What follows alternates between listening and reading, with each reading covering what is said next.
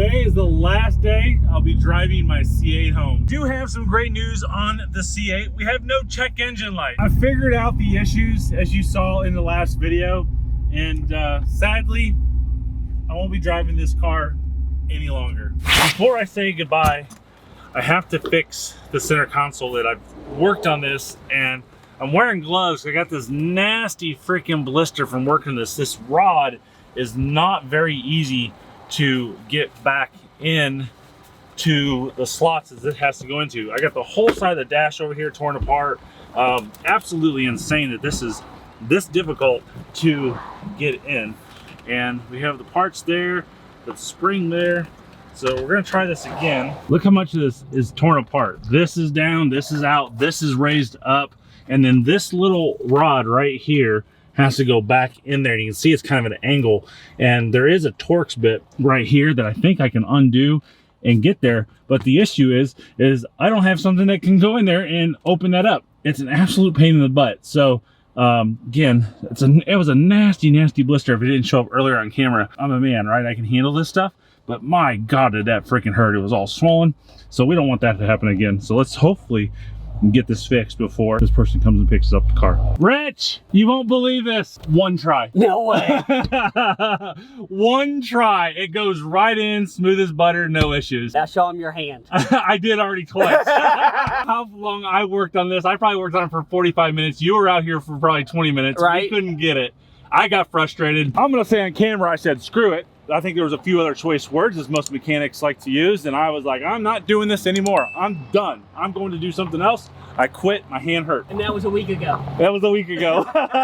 Now that that's all done, I gotta say that I absolutely get no respect in my own property, because Rich comes to me and says, hey, listen, I need you to take your other Corvette home and get it off of my property, which is my property, because we have a 𝘿𝘳 coming that doesn't run, so they need the garage space. So I gotta take my C7 home. I'm getting rid of the C8 so that Rich can have garage space on my property in my garage for his cars. Are they gone yet? No, they're still here. Let's get this straight. The car does run. It just won't shift. The 𝘿𝘳. Yes. The 𝘿𝘳, yeah. All my cars run and shift. 3 days later. Well, it's 3 days later, and transport is still not here to pick up my C8 to say goodbye to it. I actually took it home since we have the Lotus Esprit and the Lamborghini 𝘿𝘳 in the garage right now. So we have to go home and get it because they tell me they're 15 minutes away. So now we are starting the C8 officially up for the very last time. All right, and here is transport. Just on time. 3 days late. Now I will say that I'm just joking on the transport. You guys got to realize I do this every single day, and just things happen. So not upset with them. And this company, A&P Transport, absolutely phenomenal company, or else I wouldn't let them take the C8 Corvette. They're actually fans of mine when I had them pick up the C7 to go to Jared's to do the tuning with RPP over in Harrisburg, Kentucky. So we're getting rid of the C8. It's going bye-bye. I obviously can't deal with it because look at this. Is this oil or is this water? Okay, that's just water. We're good on that. As I showed you guys in past videos that we have this right here. So now I've unfortunately confirmed it with Complete Street Performance that this is blow-by. I kind of already knew it, but unfortunately I kind of just wanted to live in denial that that's not what this is. So you can see that it's going out of there. You can see it's going out of there. That rattle, we know what that is. And when I take the oil filter cap off, or the oil cap off, yeah, lots of blow-by. So we're getting rid of the C8. It's going up to Pennsylvania because right where I had it built, the best people in the country for twin turbo builds is Complete Street Performance up in PA, just outside of Philly. And they're going to they're gonna make this right. My goal with this car is to get it up there, figure out what the issues are. Hopefully it's just rings, and then build the car from there. So I think what I wanna do is build this to 1,000 horsepower. I think that this car, now that it's back, it's mine, building it to 1,000 horsepower would be absolutely a blast. We have our 700 horsepower now, C7, and having 1,000 horsepower C8 would be just fun. What do you guys think? Hey, you guys know me. I love Corvettes. Check this out. 67?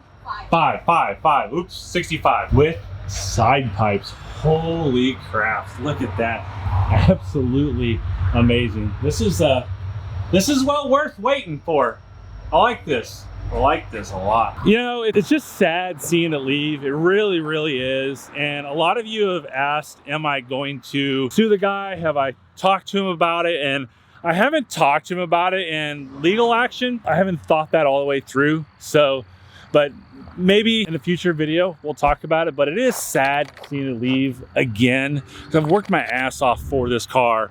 And I have passion for Corvette. I have passion for sports cars and enthusiasts and people that love the sport. And I want to transfer that love and enthusiasm to them. But man, it just sucks leaving, and it's not going to be back for months. So, I mean, so we'll just build it. We'll put 1,000 horsepower in it.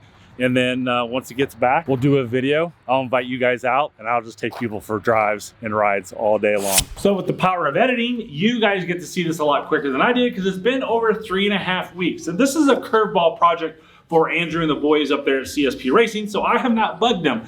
And earlier yesterday, I get a phone call from Andrew, and I'm like, uh-oh, this ain't good. I don't think I want to hear about this. And he sends me some pictures that the engine is now out of the car, as you can see here on the screen. And in this whole 3.5 weeks, I've been buying parts on CSPRacing.com. So they have over like 1 million parts, right? So we have the Pro Charger that went into the C7, and I wanted some extra additional parts. So I hopped on CSP Racing and just bought everything I have. So I've been getting things from Andrew, but no phone calls about the C8, just parts that I've been spending on CSPRacing.com. So now I get this phone call from Andrew, and he tells me there's some bad news. And he tells me verbatim, stupid shit has happened to this car. And I'm like, no, this is not what I want to hear.